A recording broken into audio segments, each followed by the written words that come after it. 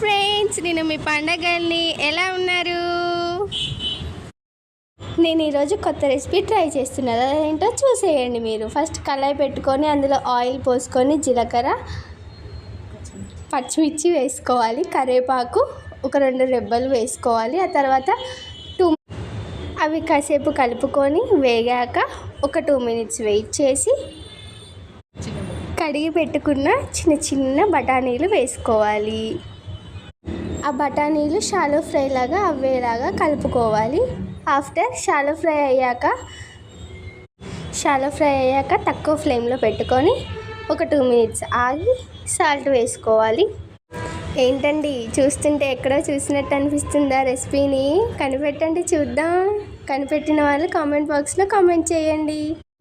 మీరు ఈ మూవీ చూసే ఉంటారనుకుంటున్నానే. చూడకపోతే చూడండి, వెన్ లైఫ్ గివ్ టీనేజర్స్. ఆ మూవీ చూడండి, ఆ మూవీలో ఉంది. ఆ మూవీలో చూసి ట్రై చేశానండి. ఒకసారి మీరు కూడా చూడండి. మూవీ కూడా చాలా బాగుంది, రెసిపీ కూడా చాలా చాలా బాగుంటుంది.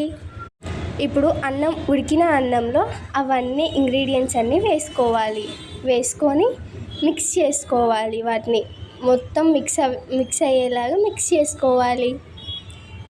మిక్స్ చేసుకొని టేస్ట్ చూడండి.